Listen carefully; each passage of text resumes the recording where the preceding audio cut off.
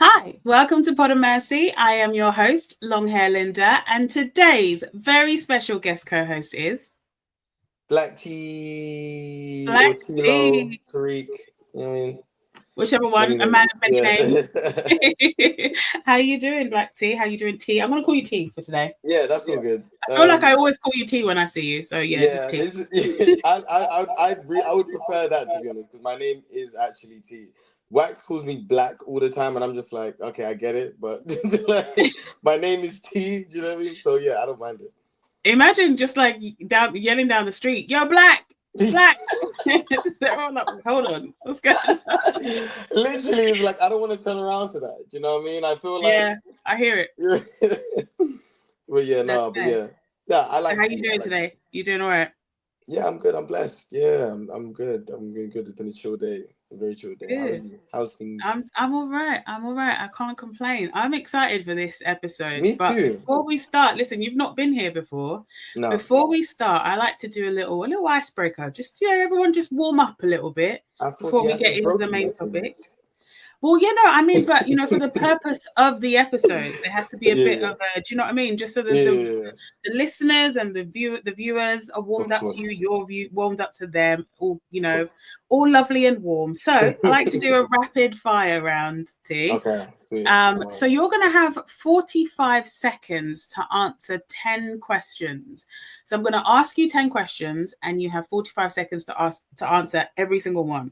Okay. Okay, that's enough amount of time. Does that sound doable? You look confident. Yeah, yeah. 45 seconds is cool. Yeah, I was gonna be shorter, but yeah, I got you. No, 45 seconds. So you think 45 seconds are being generous? I said I thought I didn't say. You know, Okay, I'm not okay. I just noted because I can always shorten it if you prefer. Nah, that's But good. That's good. That's good. and just to be clear, last week I had Slimbug on, and he thought he had 45 seconds to answer each question. I want to make Oh, it very clear that that's not the case. It's 45 oh, seconds for the entire 10 questions. oh. Okay. See now that. Okay. Yeah. Okay. Yeah. Okay. Yeah. Yeah. I'm with Okay, there we go. you. Okay, Okay. so I thought you Yeah. were finding it too easy. I thought let me just clarify that. All right. All Go. right. Go. So Go. if you answer all 10 questions, then you win. If you Mm-hmm. don't, then I win. There's no prizes, just bragging rights. But Okay. you don't Cool. want to lose, I still basically. want the bragging. Yeah, I want the bragging rights. Yeah, you want the bragging rights, exactly. Yeah. All right. So are you ready? You ready for me to go? Yes. All right. Well, I'm going to get my timer together, and then I'm going to say go and ask the first question, and that's when the timer will start. Okay. All right. Okay. Yeah. And go. Would you rather have scaly skin or fur? Fair. What's your favorite sandwich filling? Chocolate spread. Travel to the past or to the future? The future. Fuck the past. What's your hidden talent? Shit. What's my hidden talent? I show all my talents. Oh, drawing. Tea or coffee? Coffee. One thing you regret spending money on? Weed. Breaking Bad or Game of Thrones? Breaking Bad. If you were to write a book, what would it be about? Rapping. Would you rather live by the sea or in the countryside? C. What's your best feature? Face. Woo! With a second left. You had 1 second left. You smashed it. Very well done. Yeah. I missed it. What did you say your favorite sandwich filling was? I didn't even hear it, but I didn't want to ask you. Chocolate spread. Yeah. That's fair. It reminds me of when I was a kid. Do you know what I mean? Okay. Like I used to have chocolate spread sandwiches in my lunchbox on my way to school. Oh, that's cute. That's cute. Okay. All right. Yeah. Hold on. There was another thing. What one thing you regret spending money on? What did you say to that? Weed. Weed. Fair. No, that's fair. That's always fair. Regret. I always. That's regret. fair. All right. Well, you know what? That was pretty good. Very well done. You won. You should be very proud of yourself. I'm very proud. With 1 minute, 1 second to spare as well. That's 1 second. crazy. You were cutting it really close. It felt like, them movies where they're like trying to disarm something and it's like right down to the last second. That's what it felt like. It was intense. All right, cool. Is it your turn? No. That's it. You don't ask me no questions. No. See, just one rapid fire. That's it. Okay, cool. It's just for you. Yeah, okay, that's fair. All right, well, listen, T. So today we are going to talk about our dream dinner party guests. Okay, yes. So these are going to be people, whether they're dead or alive, people that we would love to have at our dream dinner party. So set the scene, whatever the type of dinner party you'd like to have, but it's your own personal list. You can have as many as you want. I was thinking that we could do 8 each, but then I was making this list and I was like, I legit only have 5. So I've put 5, but if I think of any while we're talking, then I might just cheekily add them on to my dinner party. So we'll start with you, T. Yes. Give me one name for your dream dinner party. Tupac has to be there. That's a good one. That's a good one. Tupac has to be there. He's somebody that. Oh, am I allowed to? Do I have to explain? Of course, no. Please.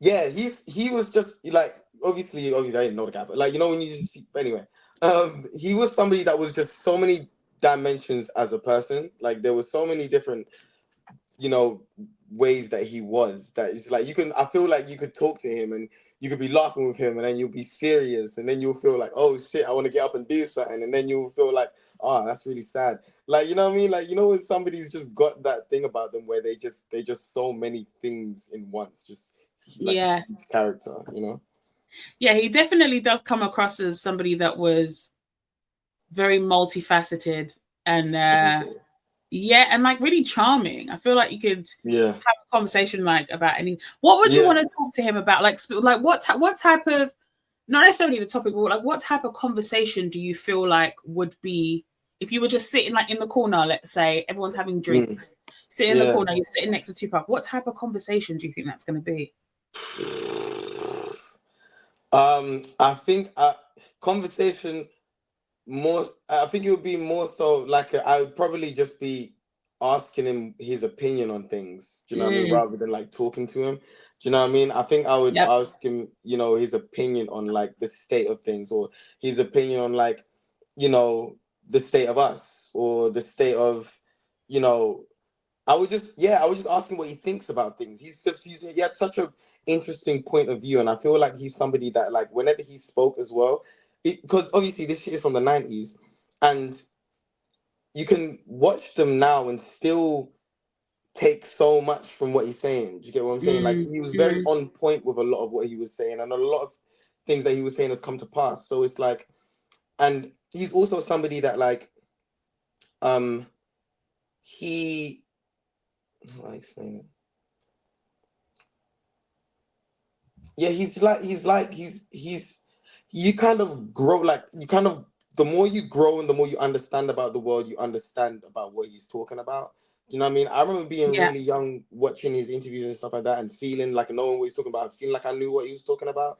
And then you grow up and then you watch it and then and then recently, he was saying, I watched the same interview, but like because things like society's changed now, things, people starting to kind of like get more awake and kind of, and things are happening. It's like I'm now seeing even more and hearing even more than I did. And like, he's somebody that that I just look at like, wow, do you know what I mean? Like a giant of a human being, Yeah, no, I hear it.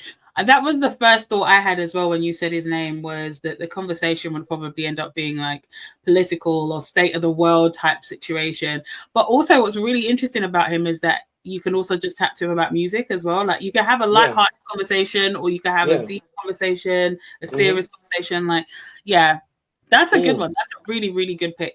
And he's somebody you want at the dinner table, because he will scream at the other side of the dinner table. There's going to be a big table.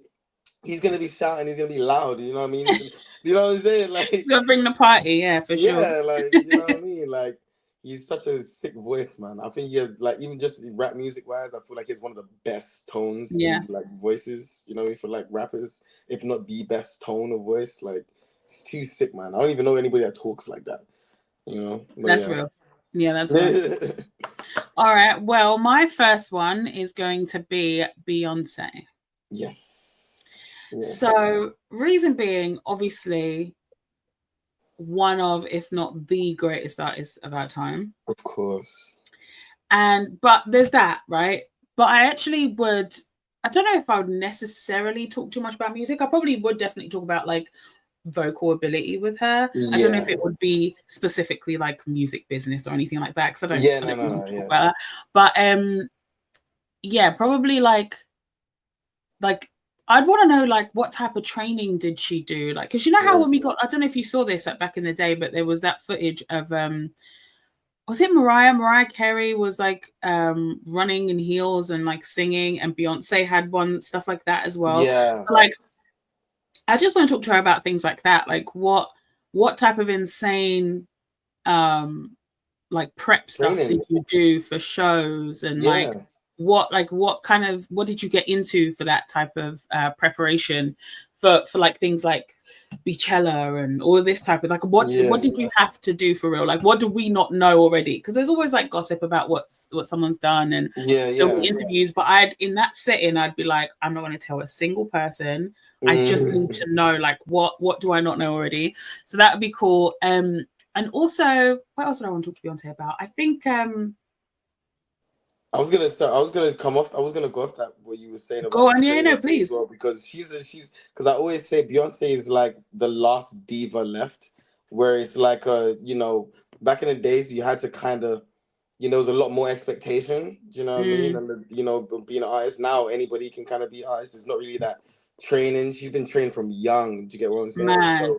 So that's what I'm saying. It's like more on that. I would want to know all of it. Like, do you know what I mean? Like, how do you maintain this work ethic? Do you know what I mean? From child to, you know what I mean, doing this on a massive scale, like consistently. That's nuts. Yeah, no, it's insane. And like, especially once you're like super rich, it's like, well, because I know I get like the tiniest bonus for like Christmas or something. I feel like I'm balling. Like, I don't treat people differently. I'm not like crazy, but I feel like I feel different. So I can't imagine earning that much and still being like, yeah, I'm gonna put my blood, sweat, and tears into this next show and that like. For me, I'd be like, I'm good, I'm set, I'm out, you know. But obviously that's not where my passion is, so that's probably got a lot to do with it. But yeah, no, you're right. It would be really interesting to know like where she gets that work ethic from. That bar, she ain't no diva. That's going out to all these, you know what I mean? All these other 100%. Things. Like, you're not a diva, like, you know what 100%. I mean? There's a difference. I think there's certain questions I'd want to know, because obviously she doesn't really talk to press or anything. Not since she was a much younger artist. But yeah, I definitely would want to find out like what she thinks about things. Like I already know that my dream dinner party is eventually going to get quite political. It is what it is. Like I've accepted it. But I think I'd want to know, like, because she doesn't share that stuff. Like, all I know is, like, yeah, she'll go up and she'll do a speech at like a Democrat rally or whatever. But like, I genuinely want to know, like, okay, business dealings aside, all of this aside, like, what do you think about things, this, and this? Because I feel like there are people with, in my opinion, or in our view, less power than her, that speak up about certain things that she would be quiet. She has been quiet on. And I want to know whether that means that the people that we view as having the most power in the industry actually have the least power. Because if anyone should not be afraid to say, hey, I think this about this, and I think this is wrong, and I think this is right, and whatever. If anyone would have the ability to do that, surely it would be someone with loads and loads of power. So if you can't do it, maybe you don't have as much power in terms of voicing your opinion and how you feel as we think. Do you know what? Does that make sense? No, I understand exactly what you're saying. But we also need to like, because the thing, it's mad when you deep how controlled these artists are. And I think one of the biggest, like, I think when what went on with the genocide this year was like a big outlier to see how many people were being controlled by how many corporations, who could say what, do you know what I mean? And who couldn't, and who could be taken down. A lot of these things, I think Beyonce is somebody that protects her legacy a lot. Do you know what I mean? Like, she doesn't really want anything on her name. She just, so I think she, some people can use it against her and say like it kind of is a, you know, her protecting her legacy so much is a smut on her legacy a little bit, Mhm. because you've had like, you know, people that, even Michael Jackson, as big as he was, you know, saying a lot of things that, you know, were real. Do you know what I mean? A lot of things that were going wrong. But then look what happened. I mean, he was doing it in the back, the remember the time era. You know what I mean? Earth Song. No. What I'm saying is, look what happened in his case. There's a lot of things that they did to try and ruin that man's legacy, Very true. Very true. Very true. and But then I he's think no longer with us. very So true. that's what I Very mean. true. Like, it's, I feel like I would, the reason I would love, like, aside from her being like, you know, the artist of my generation and like of my lifetime, all this type of thing, I also would genuinely love to just know what she thinks, Yeah. why she has felt she is, or it is the reality that she's not able to say these things, especially when it's Yeah. really extreme. I understand, even without being, you know, a celebrity or someone in a position of power like that. Like, I feel like I understand why you wouldn't want to get involved in all of the every single issue that comes up, because why, right? It's just to polarize people. You might not be well informed on things. You might not want to give your opinion on everything, which I totally get. I feel like in this era of our society, everyone's giving opinions about everything, and it means nothing now, right? Yeah, exactly. So I get like the smaller things or the frequent things, not wanting to just throw your opinion out there when no one's asked.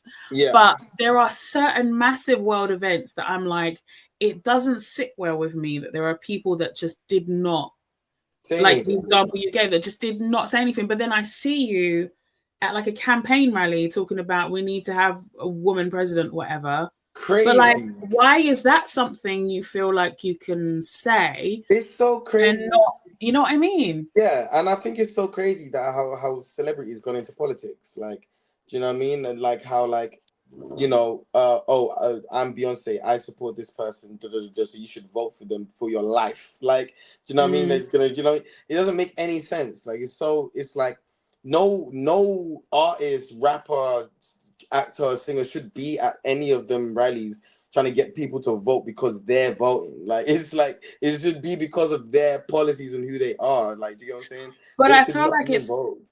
I feel like like people with influence, celebrities, have always been placed in places where whoever has the highest sum of money is asking them to influence people. That's their job. Your whole job as a celebrity is the same, is a high level influencer, right? Which is just, you're supposed to influence people's opinions. You need to have them buy an idea or a product or whatever. Yeah. And so I get why they would be placed in those places.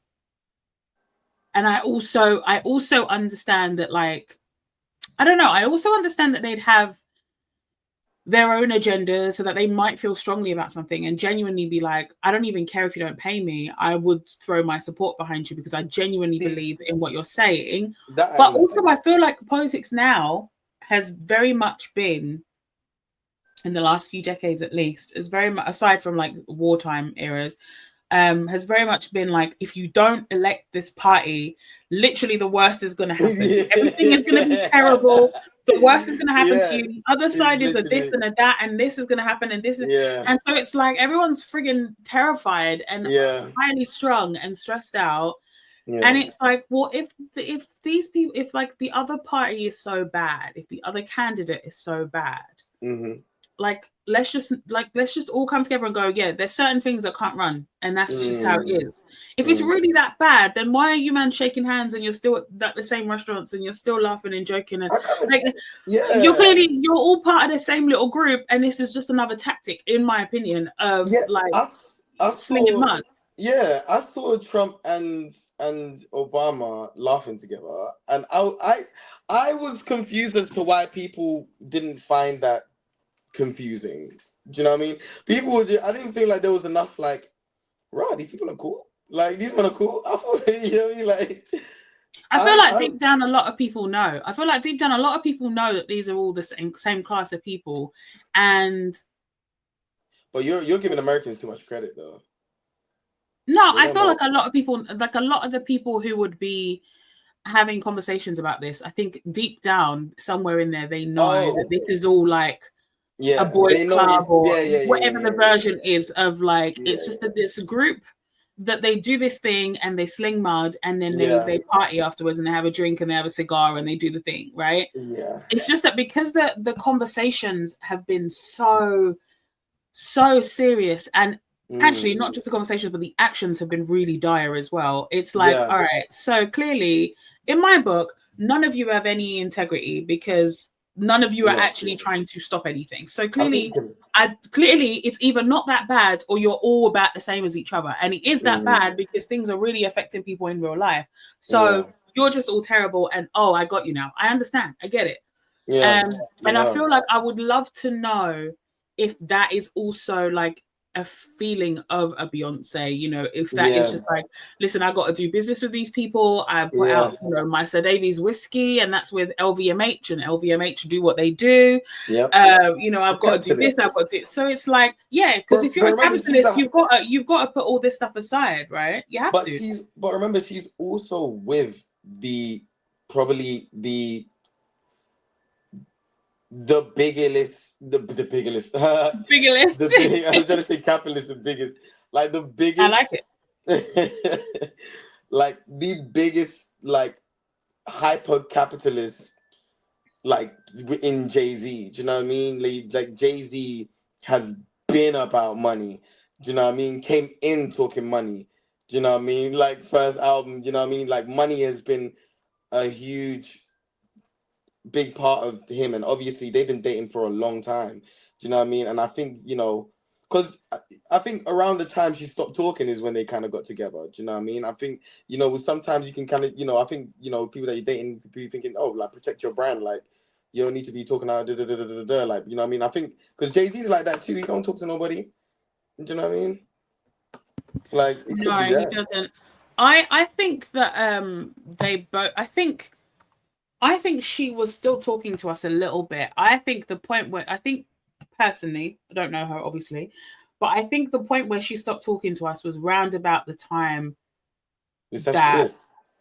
huh? Was it Sasha Fierce? No, I feel like she was always trying to have a layer of mystery. Even back in Destiny's Child Day, she wasn't the type where she was going to talk to us all the time. It also wasn't normal back then to talk to us all the time, as in us being the general public, right? But like in terms of giving interviews, she still did interviews here and there. But I feel like really the time where she said, "I'm not dealing with these people," was I think when she was pregnant for the first time. And there was all this conversation about, oh, she's not really pregnant. Look at the way her belly's moving. That was crazy. I feel like since then, she was like, I'm not speaking to these people. I think that. I'm not speaking to these people anymore. If you want to hear from me, I will do like an announcement. I will do, that's when then she started, obviously long after that, she got Instagram and she put things on Instagram. But like, I feel like she announces things. She doesn't talk to us though. And I think that it definitely, if it didn't start there, it definitely got worse there when it was like this conversation about her child and all this kind of stuff. She didn't speak to us. You're 100% when Blue was right. born, and there would be like pictures of Blue Ivy running around, and then people be talking about that little baby's hair, that like toddler's hair. I think even me, even the biggest yapper would be like, I'm never speaking to you people again. Yeah. I'm never speaking to you people again. I think you're 100% right. I think you're 100% right because I would genuinely want to know what she's in that time, like what's been going on in her mind. What does she think about what's going on, and why is she not anything about certain things? Talking? Yeah. I agree. See, I told you my dinner party is going to be so political. I don't even know when we're going to have time. We're just going to have to get drunk so we can actually have fun. Because no, literally, that's why I got to bring fun people. So should I go into mine? Go yours. So this is why, yes, because of that, because I brought some political people as well. Do you know what I mean? Because I'm interested in these conversations. But can I put two together? Yes. Okay, so I want Schoolboy Q and Mac Miller at my dinner party. You know what I mean? I want them two together again. Yes. You know what I mean? I want them two together. I grew up in the TDE era. Do you know what I mean? I was 16 when Section 80 dropped. I was, 16, 17, you know what I mean? When 1999, and Control System and Triple X from Danny Brown, and Red Chandeliers from Action Bronson, and Pro Era was out, and ASAP Mob was out, and all these men were coming out at the same time. I was there for that, and that's what made me love. No, that's what made me kind of pursue rapping. Do you know what I mean? That whole era, just that, Okay. like, Nice. like that whole era. I've been writing for a long time. Do you know what I mean? But like that era made me pursue rap, because when we was in school, we made our own little rap crews, because there was like MMG, there was TDE, there was Pro Era. So we split the man them split into two rap crews. You know what I mean? And we was dissing each other. So you know what I mean? Like, and Schoolboy Q and Mac Miller, like their friendship, their bond, all those videos of them just joking around and cracking around, like, and like old Twitter days when they just be atting each other, joking, and you know what I mean?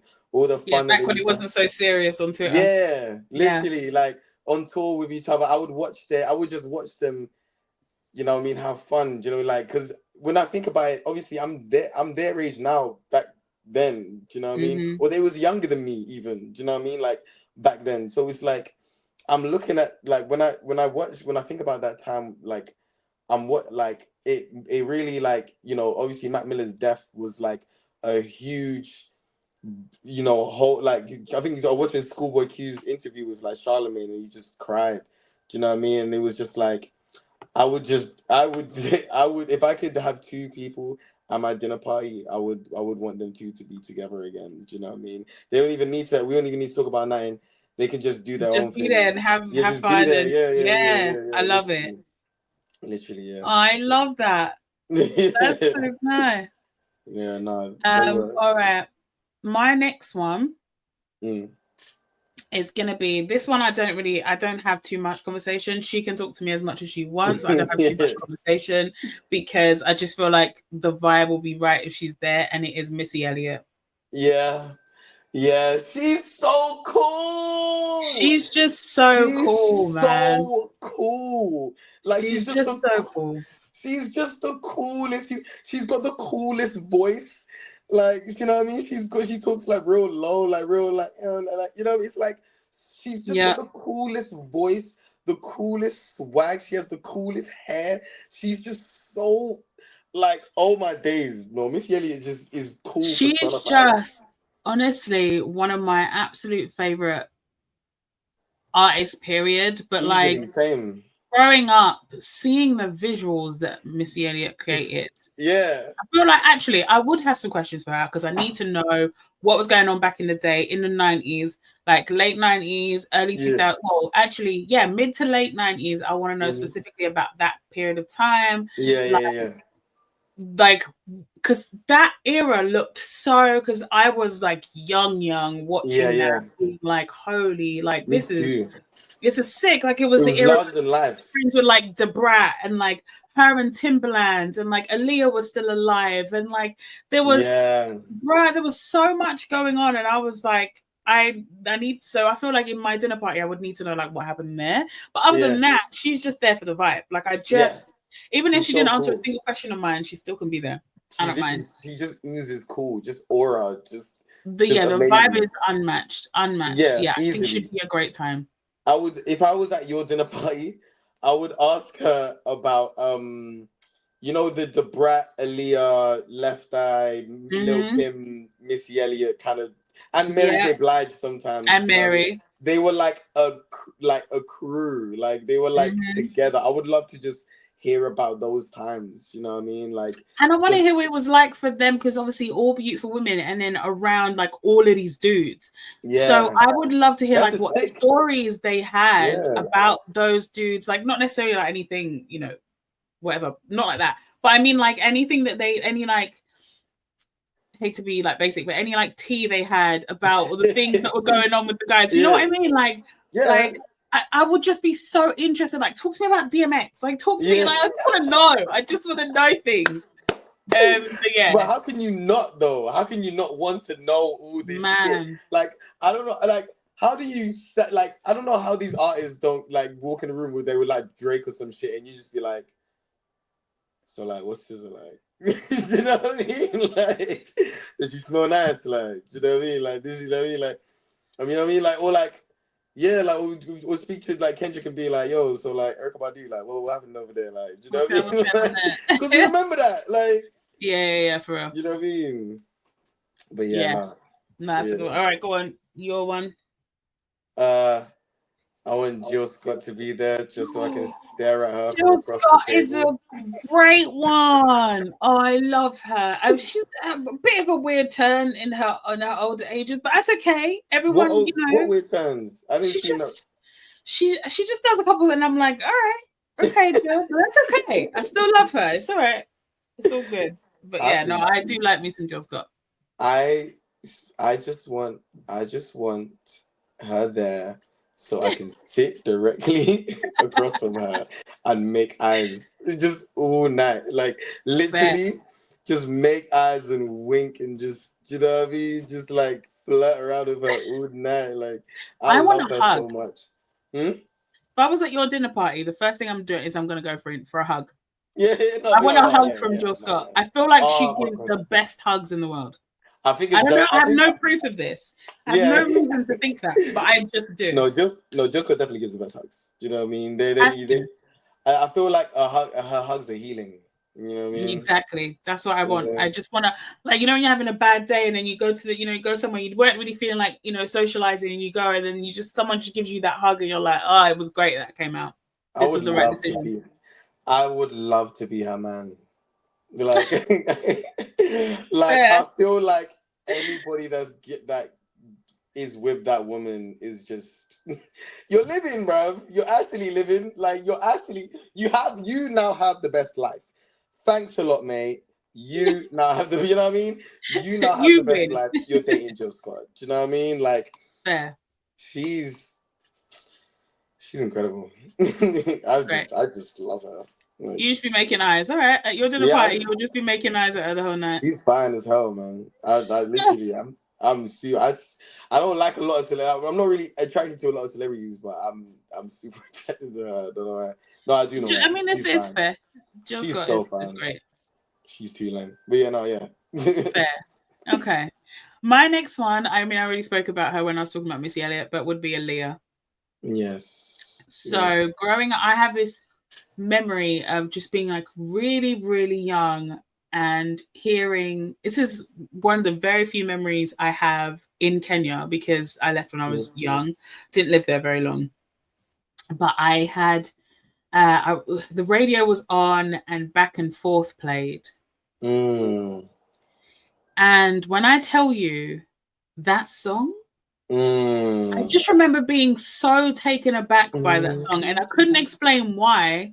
I liked music, but I was young. I wasn't really understanding what I was listening to and that type of thing. But that song just did something to me. And as I was growing up, I just loved Aaliyah. I just loved her. I loved her when she started doing like movies and stuff, like Romeo Must Die and things like this. And and she had a very tomboy swag, which I loved about her. Because by the time I was becoming a teenager, that was my style. Like I loved like being a tomboy, but with like beat face. I was always practicing makeup at home. I do like a wing liner, but like I'm wearing full Adidas tracksuit. Like it was so strange. But so I loved her, and I loved her tomboy style, but so beautiful. And like she just had an aura about her, and I would just I would love to know a few things. I would love to know about her life, nothing too traumatic because obviously she's been through it, but like I would love to know just like about her life and her relationship with her parents and how she was just out so young, like in these studios and things like that. Like, I'd love to know that. I'd also love to know what happened,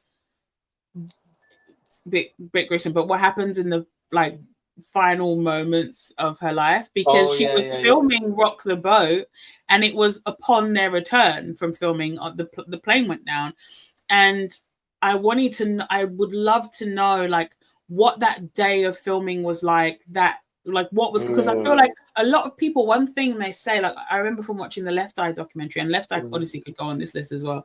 But there was a documentary about Left Eye when she was in, was it Honduras? Where did she go? Somewhere like that. And this is where she died.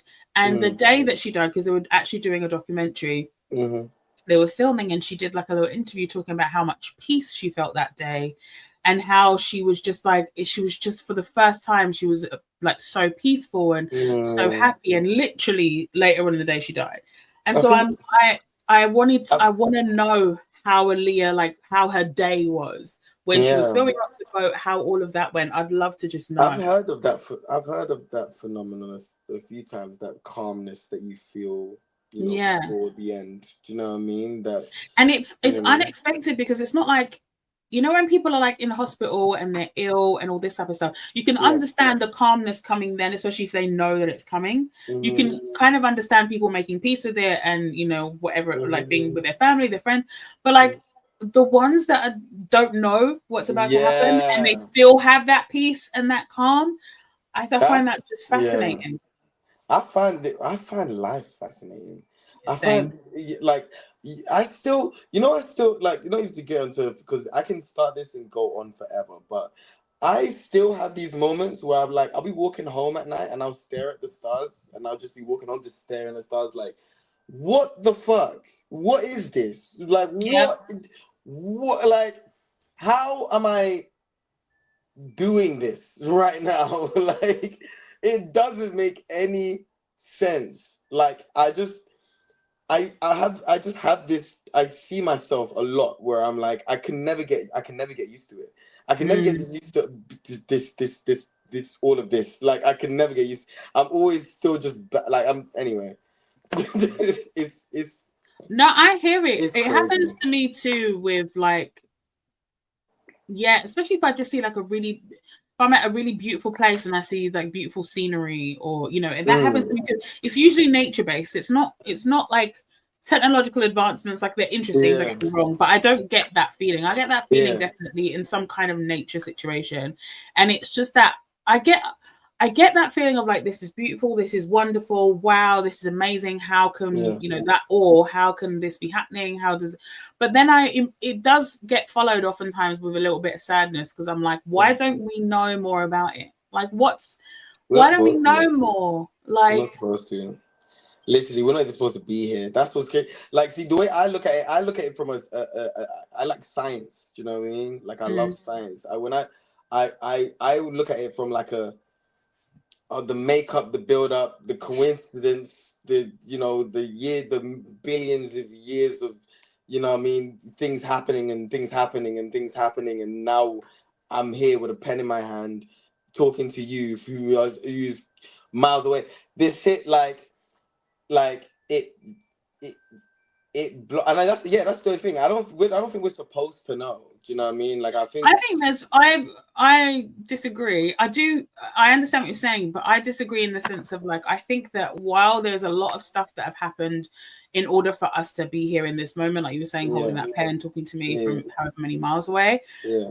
While there has been a sequence of things that it's awe-inspiring that those things happened, I think it's purpose, not coincidence. But I believe that we don't, like, we're boggled down with stuff. There's just stuff happening all the time in this like society that we've built, not in the earth, right? Not in like, the nature of it all, but in the systems and the stuff that we've built. And like, when I say we, I mean obviously the people above us that actually do it.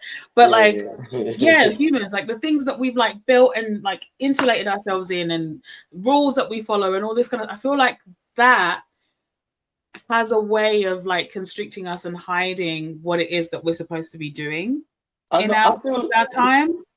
Yeah, I think, but here's where I also see it, where it's like,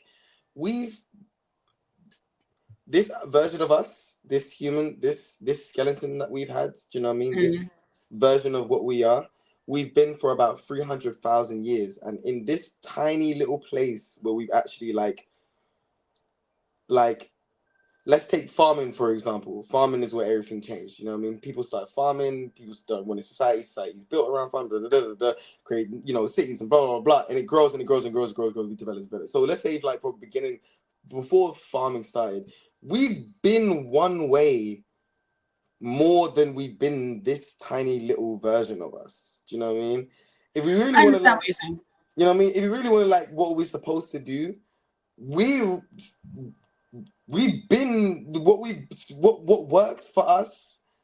We kind of were doing it for a long time, and now we're at a point where now we're growing faster than our bodies can even keep up with, and like our brain, like, and like even like distinguishing between AI and stuff like that, and all these things. Like, it's like we're evolving so fast, our body can't keep up. So it's like we've got all these questions, and we kind of already had the answers. We already, what I mean, and many answers. That's why I say I don't think we're supposed to know.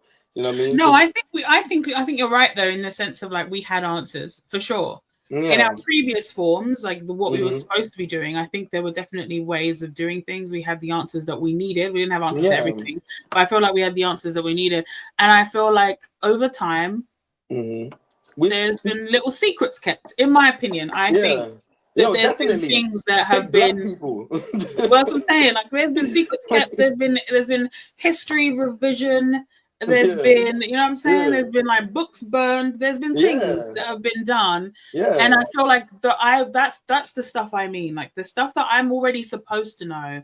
It sometimes I get that sadness where I'm like, damn, I wish I knew, like, you know what I mean? Like, oh, imagine if there was some way of like, because I can feel the aura of this like nature and this earth, and I'm like, but I feel like I'm blocked away from it sometimes. And that kind of makes me sad. I don't know how we got on that, but yes, I agree. That was fun though. I love that. I love that type of conversation. Yeah, it was a hits blunt conversation, that one for sure. Wait, was it my turn, or did you just? I think it was. No, I said Aaliyah. Yeah. So I've got Jim Carrey. Jim Carrey. I feel like he'd annoy the hell out of me after a while though. It's got to be a quick 1 hour dinner and then get up. Please. I adore Jim Carrey. Like, he's one of the few people, not even few people, because few people I genuinely love. Like, if something bad was to happen to him, I would not be okay. You know what I mean? I would not be okay. Just like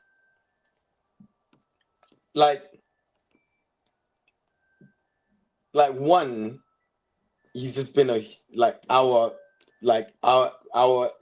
age, like he was a huge part of our existence.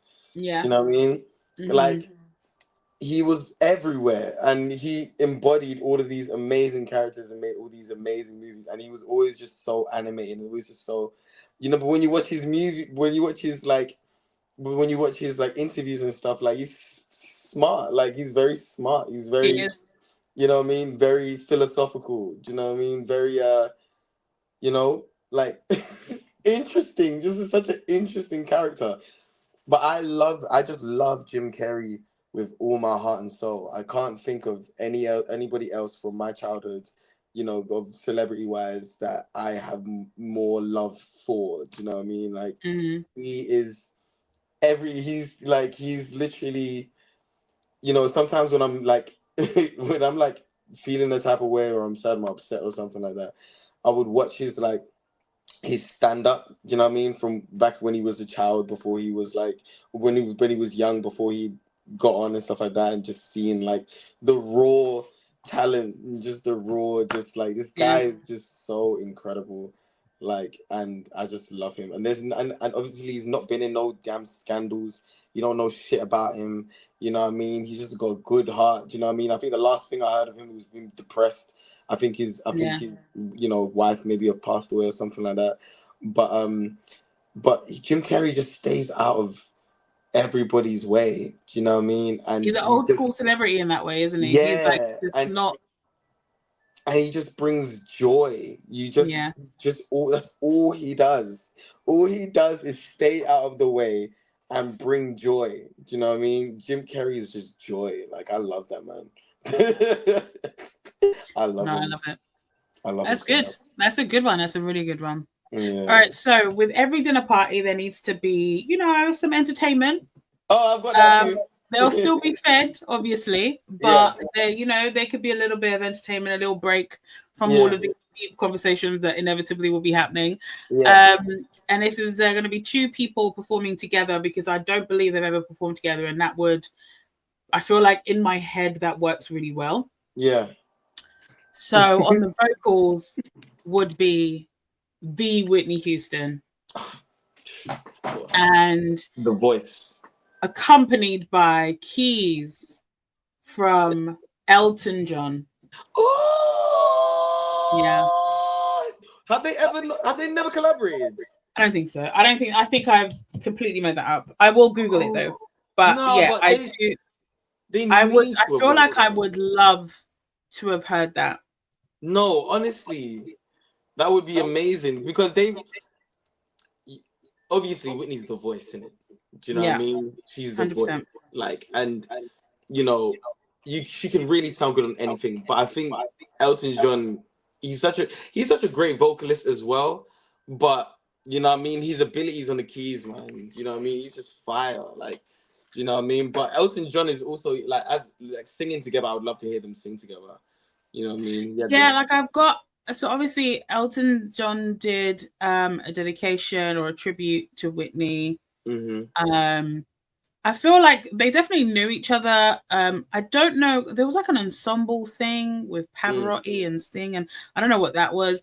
But I don't think I ever heard like Elton John playing on the piano and then just Whitney standing there singing. I don't think I've ever heard that, and I think I would love to have that at my dream dinner party for sure. Yeah, I would love to have that too. That would be amazing. That would be amazing. I've got my entertainment. Go on.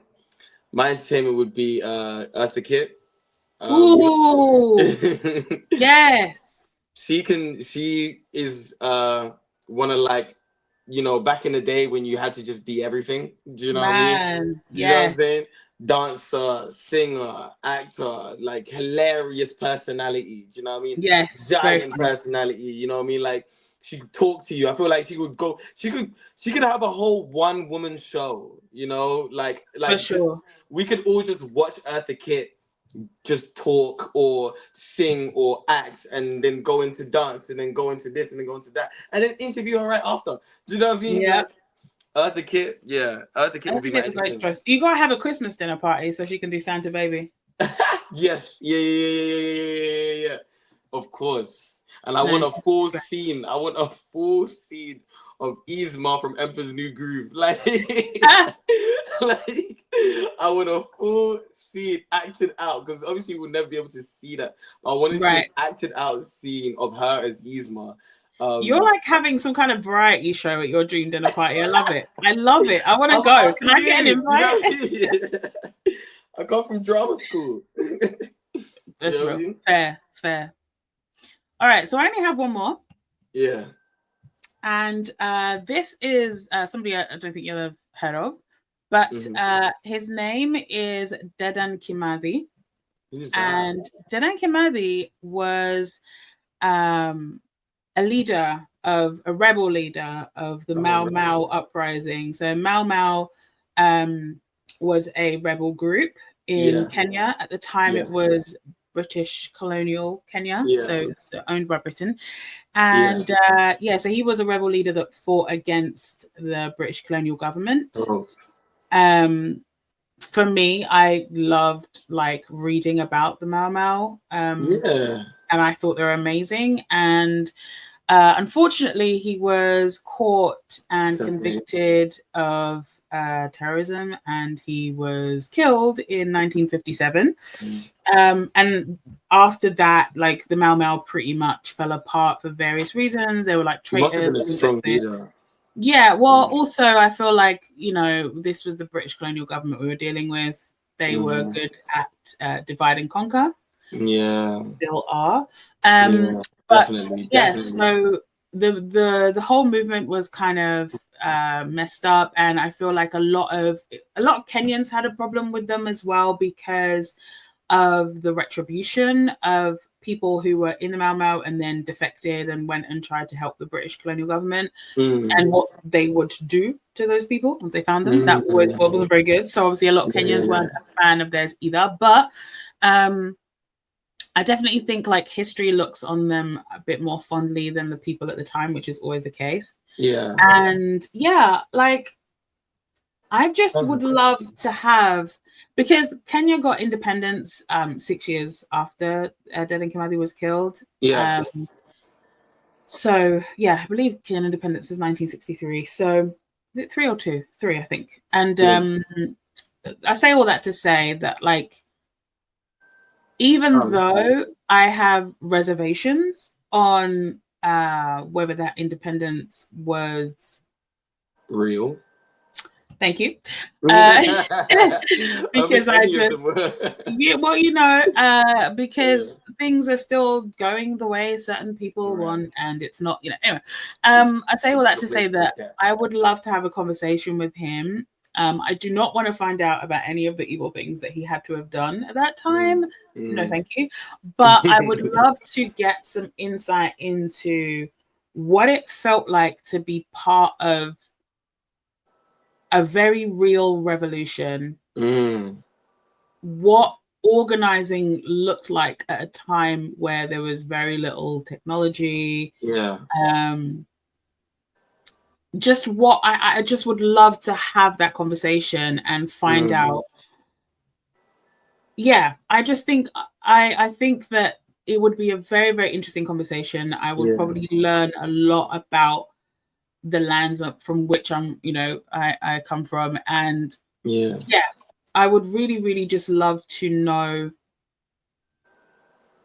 why he fought, why when it seemed so hopeless, and when it was a losing battle, why he did it. Why?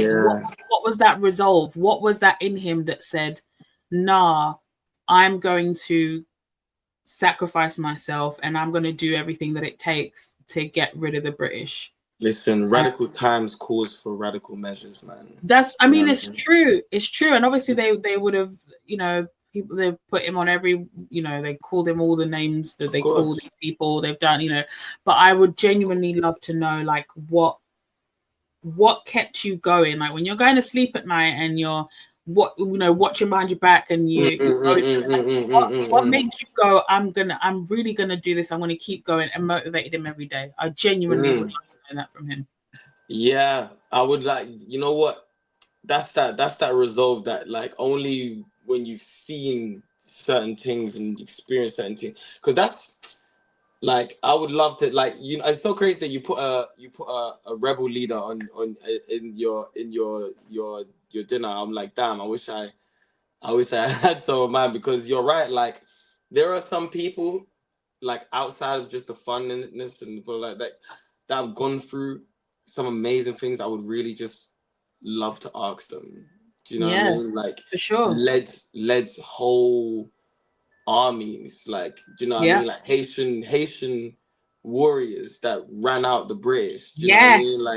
Like, can you imagine talking to one of their leaders? Like, do you get what I'm saying? About, like, and 3 times as well, to the point where they couldn't be colonized. Like, you know what I mean? All the and maybe I'd invite, if I could have him there, I'd invite that Captain Traore from Burkina Faso. Have him come over, because them man are telling the French to get out. He's the current leader of Burkina Faso.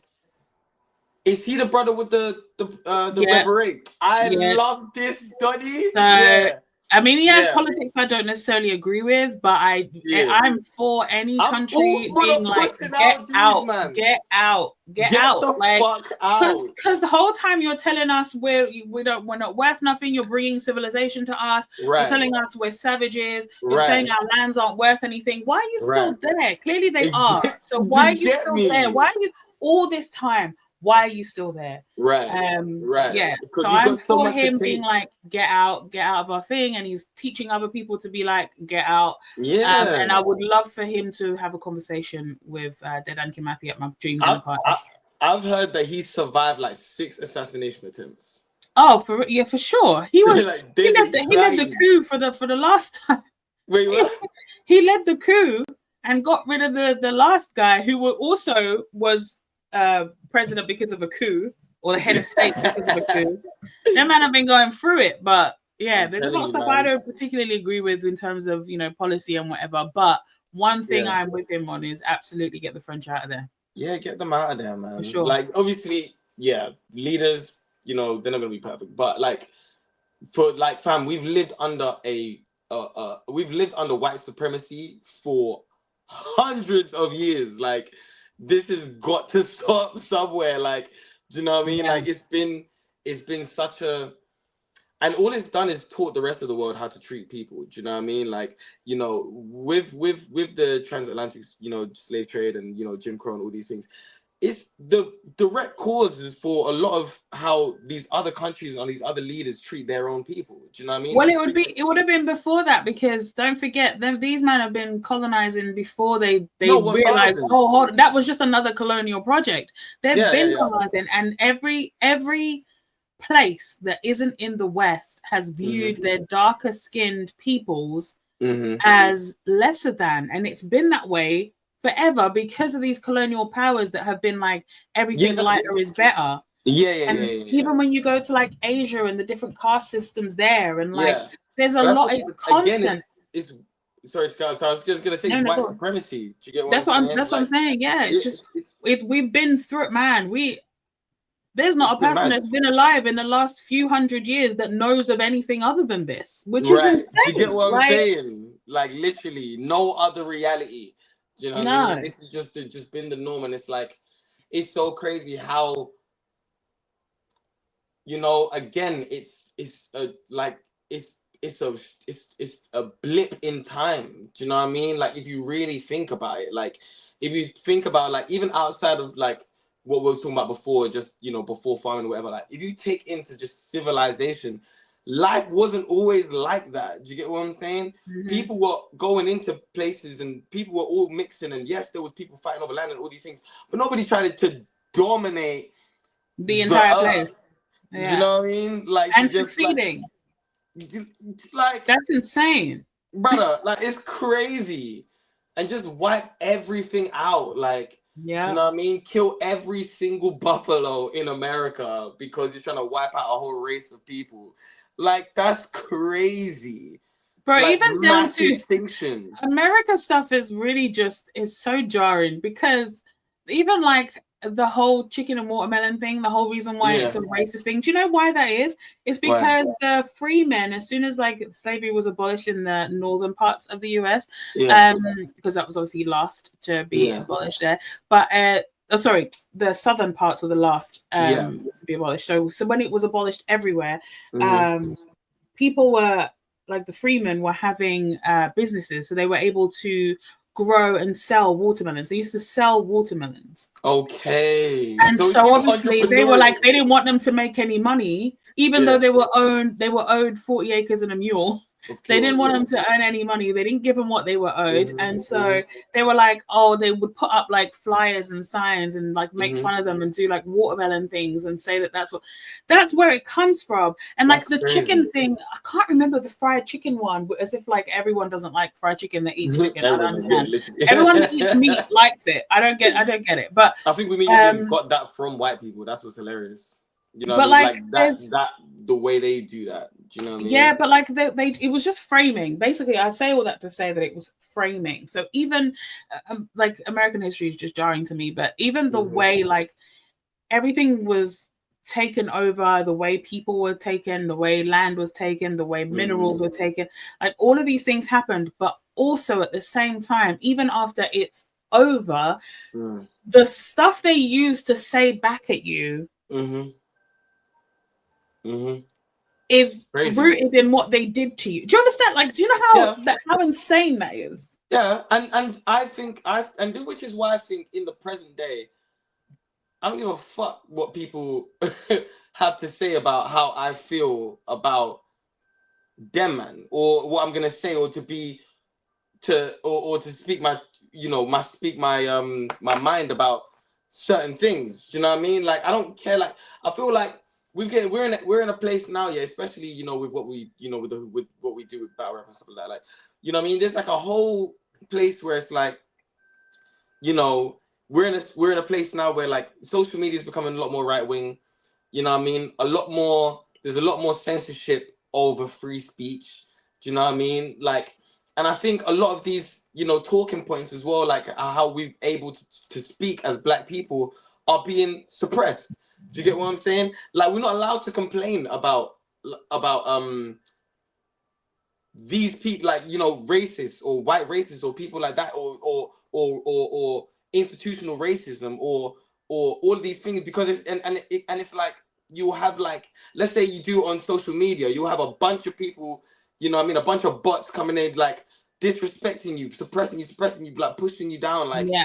you know what I mean, or like, you know, for example, things like on TikTok, Free Palestine being, you know, censored and stuff like that. Like, there's Since a big, since the ban. the ban. That's the ban. That was the ban. You know what I mean? Like, and it's like, you know, now it's a thing where it's becoming because it's becoming more right wing, and it's more, you know, you know, white central focus, and trying to, like, push down the Black voice. Fam, I actually don't really have the time or space to care about people's feelings. Do you get what I'm saying? Like, I get what you're saying. I think we should still care though, which I know sucks. I know. I don't hear think myself.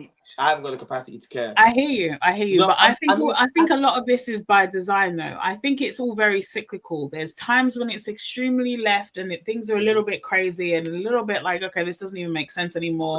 And then it starts to go all the way right, and then it's super insane and very extreme, and everyone's really hateful and terrible. And then we go back, and then we swing the pendulum again, and it's just we just do that constantly over periods of time.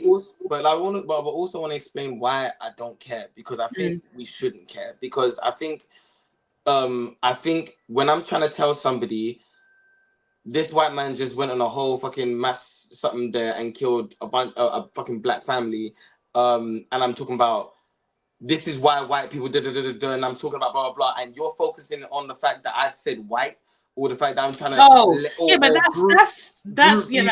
that's not feelings, though. Feelings. Yeah. I hear what you're saying. I'm talking about, if you're offended by the shit that I'm saying because I said white, or I'm saying, or I'm speaking in a way that is angry because somebody died. Do you know what I mean? Yeah. Like, and you're upset that I'm mad, and you're upset without seeing what those aren't real feelings, though. They're being disingenuous. Those aren't real feelings. You know, like, for example, if you get in a debate with somebody, say you're having like an argument about something, it doesn't have to be contentious, but just a disagreement or whatever, and you're trying to get your point across, and you're saying, actually, no, this, and this. When you're putting your point across and they have nothing to say back to you, a cheap trick is to be like, I don't like how you're saying, oh no, but don't be rude, don't do this, and they take it completely away from what the conversation is about to be. And I think that's all that is. That to me isn't really having a feeling about it. That's I'm trying to discredit you and make you feel like you're crazy for saying something that's very reasonable about what's happening. Because and that's why I say a lot that's why I talk the way I talk, because all of our problems is all white supremacy. Do you get what I'm saying? This is the roots of all of this. All of this shit that's going on, and everything that was built on, and everything that you are is the direct cause of white supremacy. So why am I not gonna talk about it?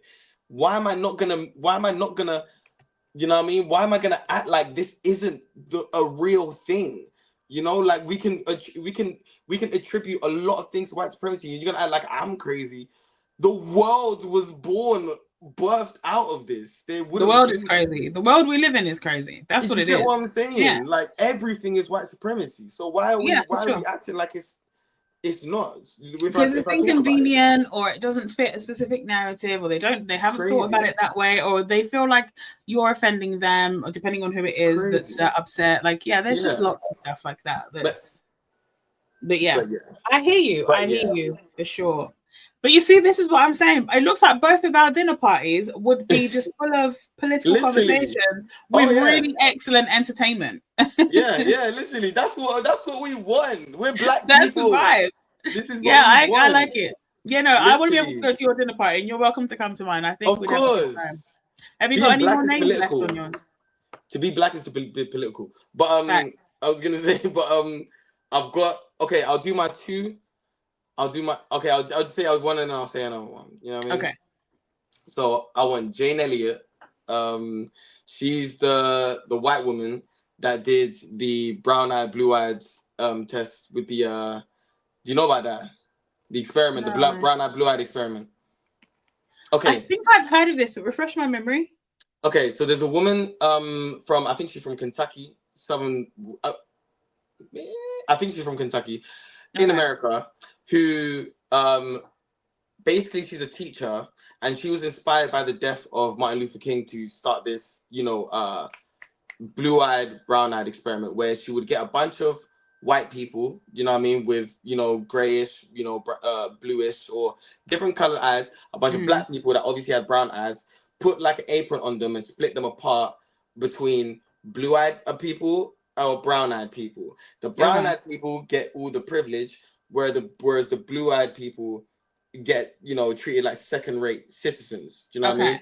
So she basically had these people in this room and was basically talking about, and she would have these people in, in this class, and she would talk to them about these things, is racism, blah, blah, blah. But the way she treat them just treat them in based comparison would be based on their eye color. So you had a lot of white people that would like just just couldn't handle it. Do you get what I'm saying? There was like there's this iconic clip that you would find, like, if you just search Jane Elliott, you will find this clip where this woman starts crying because she's getting treated bad. Do you know what I mean? Because she's getting spoke to, and it's like, you're so rude, and we didn't do none of this to you people, and she just starts crying, and she, you know what I mean, the white tears, do you know what I mean, are flowing, and then she like, she sends her out, you know what I mean? She's, like a kid, like a little child. She like sends her out the class, and she has to come back and apologize. She comes back in and she's like, I'm sorry you felt like, she's like, bullshit. Are you sorry for what you said? And she left. Do you know what I mean? No, but it's like, a lot. Then, it's a lot. But then her point was like, she left. These people don't get to leave. Do you know what I mean? These people are black forever. Do you know what I mean? She can't hide it, can't do anything about it. Right. She didn't like the way she was treated. She got to up and leave, and she don't have to experience that. That's not her reality. And I think like Jane Elliott, she's cold woman. Like, she's just sick. I love the way she speaks. I love her because she's like a teacher. She talks to everybody like students. Do you know what I mean? Doesn't matter how old you are. Do you know what I mean? So she's very much like this. Do you know what I mean? But she's funny. She's really funny. She's like, if you haven't, go like Jane Elliott. Immediately after this, I'm gonna go check her out. Yeah. And last but not least, Michael fucking Jackson, because I need to know who you are, really. Do you know what I mean? Michael Jackson was the most famous man on earth ever. Yes. But nobody knows if his voice is really his, if his kids are really his, how he's like behind this. Yeah, I think we could say the kids. We know the kids ain't his. Do you know what I mean? But like, that one we can, yeah. But like all that. But I'm just talking about in general, like I hear you. Sexuality wise. Do you know what I mean? Like what he really was.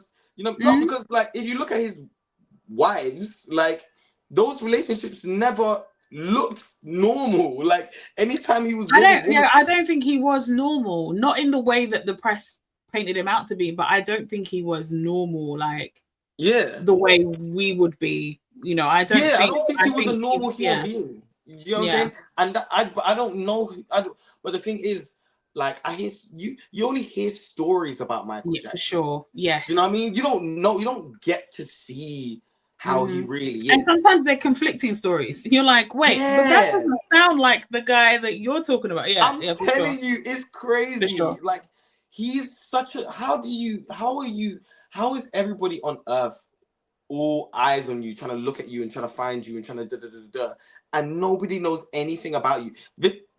Vitiligo, you know what I mean? The hair, the nose, the procedures, you know what I mean? The sleeping in the time chamber, all these things. Like there is so much we don't know. I just want to like buying all these masters, owning all these masters. What, like, I need to know. I need to know what happened. I need to know how you got Sony to do any of the stuff you like. I need to know. I need to know. Seems like a genius, like outside of like music and like. He seems like he just knows. And what's funny is that like he has these weird moments. Like he's got these like weird like speeches where he's talking about real shit.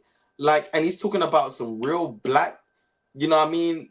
You know, for the people shit and so and so, do you know what I mean? Like, these are black eyes and blah blah blah. Like you, proud black, like you talking some real deep shit, but then have white babies. Do you know what I mean? Well, yeah.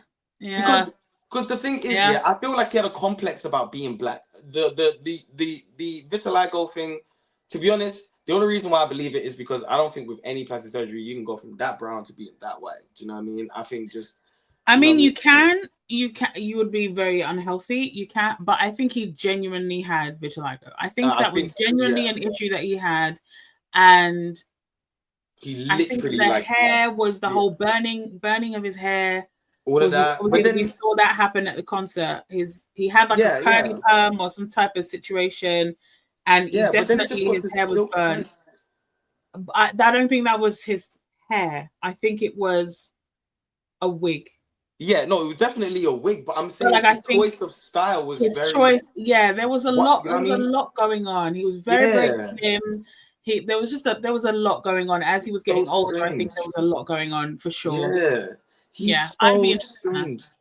Literally, I would want everybody that's got to chill with Michael Jackson, the luckiest people on earth, because they get actually like, do you know what I mean? Even the theories about his voice not being that high. Yes. Like that was Chris Tucker that said that, right? That he would just speak like a regular dude. What? I don't know. I don't know. He's such an enigma. He is very much. Is that your whole list? That is my whole list, I think. Oh, listen, I think our dinner party sound lit. I want to go. That sounds crazy. Yeah, no, it is. It sounds incredible. Sure. It sounds incredible. I think everybody, even like you said that you was having trouble with coming up with names, but like yours sounds incredible. Like I'd probably rather be at your dinner party than mine, because I feel like. Well, let's just swap. I'll go to yours. You go to mine. Like we'll have a good time. It'll be all right. And if you are watching this and you're watching this on YouTube, then please put in the comments who's going to be in your dream dinner party list, because I want to know. I'm nosy like that. Well, listen, we are on our final segment of the show now, Tilly. Now, this segment of the show is called Mahakama, and Mahakama is the Swahili word for court. So in my life, I'm trying to be a little bit less judgmental. I know it didn't seem like it in just the whole conversation we had, but trying to be a little bit less judgmental. And so I thought if I had a segment on my show every week where I could be judgmental, judge people, places, things, then it would help me with that. And I encourage my guest co-host to do the same. So for this episode, I wanted to talk about young Joyner Lucas. Have you been seeing what's been going on the timeline with Joyner Lucas and URL? That right. You trying to get involved? Is it trying to get involved, or what's the so Joyner Lucas tweeted this week, sometimes I low-key be feeling like I want to get in the URL battle rap ring. Okay, so he's allowed to think that. He's a rapper. He's allowed, absolutely allowed to do that. So Joyner Lucas offered up some names as potential opponents for a 1-rounder to get his feet wet, and he tagged them. So he put Arsenal, Daylight, Serious Jones, Conceited, Murder Mook, and Hitman Holla. And then he also mentioned Meek Mill as another industry rapper. So there's been mixed feelings from battlers in the scene and in general on Twitter, not just about Joyner Lucas, but about the matchups suggested, especially Joyner Lucas versus Meek Mill. So Woosa, who's a battle rapper, tweeted, This is how trash. Okay, I'm gonna do my best reading this because obviously this is not my natural accent, but this how trash the culture is. Joyner Lucas say he won a battle on URL, and y'all got people trying to downplay him, tell him he shouldn't rap there, trying to clown him for even wanting to participate in this culture, etc. That's why this shit can't get no further than where it's at. But then y'all want to suck dick and cry when people don't want shit to do with it. Get y'all goofy ass on. So basically, just to translate that in case anyone was like, what the hell are you talking about? He's basically saying that because there's been criticism online about Joyner Lucas wanting to be in a battle, to be on URL, you know, we should be doing a better job of inviting industry folks, especially, to participate because, you know, we get upset when people don't want to be involved or when our scene isn't crumbling. So I want to know from you, mercy or no mercy for the battlers who voiced their criticisms publicly about Joyner Lucas battling on URL. So mercy being it's no big deal, people can voice their opinions. No mercy being Woosa is right. How can the scene grow without encouraging industry type involvement, regardless of what you personally like? Say again. So mercy or no mercy for the people that have been voicing their criticism. So mercy just being it's no big deal. People can, you know, say what they want. And no mercy being that Woosa's right, basically, that like, how is the scene supposed to grow? Yeah, so you say mercy or no mercy in this instance. Yeah. And this is, okay, cool, So yeah, what do you think? Oh, shit. Oh, and then this whole thing. Oh, okay, cool. Yeah, so for battlers. Okay, cool. As in this whole thing. Yeah. So would you think that it's right for people in the scene to say that? Mercy. Okay. Because battle rap should be I understand it's a culture, but it's also it should be entertaining. Do you know what I mean? Like I think Joyner Lucas showing an interest in wanting to battle should be encouraged. I think like when in hip hop have we stopped encouraging people to join in what we do? Do you know what I mean? All we've wanted and all we've cared about is respect. Do you get what I'm saying? It's about respecting the culture. I even feel like he respected the culture with the people that he named. Do you get what I'm saying? Like he's mentioning people. So I think what you're saying is no mercy then, because I'm saying for the people who actually were criticizing Joyner Lucas and the picks. Mercy or no mercy for them, for the people criticizing. So do you think no mercy? Oh no mercy, no mercy for the criticizers. Just want to make that clear. Yeah. So because of how you feel about Joyner Lucas participating. Yeah, got you. Yeah, when has hip hop never been about everybody get involved? Like when do we start pushing, saying that we and trust and this is what I hate sometimes about us as a people and sometimes the Americans as well. Let fucking Jack Harlow fucking want to join in and fucking do a battle, bro. They would love it. Do you know what I mean? They would fucking love it. I think when it comes to us, we just like we try and act like I don't know, man. We try to act like when it comes to us and our people, we kind of like I don't understand. Like I don't like you kind of can't announce them things. You kind of just gotta just say it's happening. Do you know what I mean? Because people are gonna have such negative opinions about it anyway. Why would you not want? I don't understand why you wouldn't want that. Hip hop is about this communal. Like when just do the thing. All it is about respecting the culture. And I think he that's what I'm saying. I think he respected the culture with the people that he named. Do you know what I mean? Because these are artists that he shows that he watches. Do you get what I'm saying? He shows that he watches battle rap. Do you get what I'm saying? Like, obviously, he mentioned Meek Mill, but that means he knows he battles. Do you get what I'm saying? Like, you know, that, and I think the Meek Mill Joyner Lucas battle would even make more sense because it would be like they're sparring. No one's got an unfair advantage type thing. Literally, it's their own little sparring match. Like, Meek Mill hasn't done it for years. And Joyner Lucas just getting started. They're both kind of at the same place because battle rap's changed in the time that Meek's done it, and battle rap is what it is now where Joyner Lucas is. So it's like that would actually make more sense before he even gets a big name and somebody that would tear him apart the way that we all know that. You know what I mean? Like it would be good to see that. I would love to see that. Like why wouldn't you want to see like everybody talks about like the Eminem Marv 1 battle, like you know what I mean, like the whole mystery, like oh my gosh, M battle Marv 1, like, yeah. People love that shit, man. Like you know what I mean, like yeah. Anyway, I hear it. Okay. Am I allowed to ask your opinion? Yeah, of course. So I actually think mercy. Here's why. Why? I think mercy for the people criticizing because I think even though hip hop is welcoming. And everyone can get involved as long as you respect the culture. Yeah. I think that it's also part of hip hop to say how you feel. And if you look at it and go, I don't really want Joyner Lucas versus Meek Mill, I think this would be a terrible idea. I think it's fine for you to say that if that's how you feel.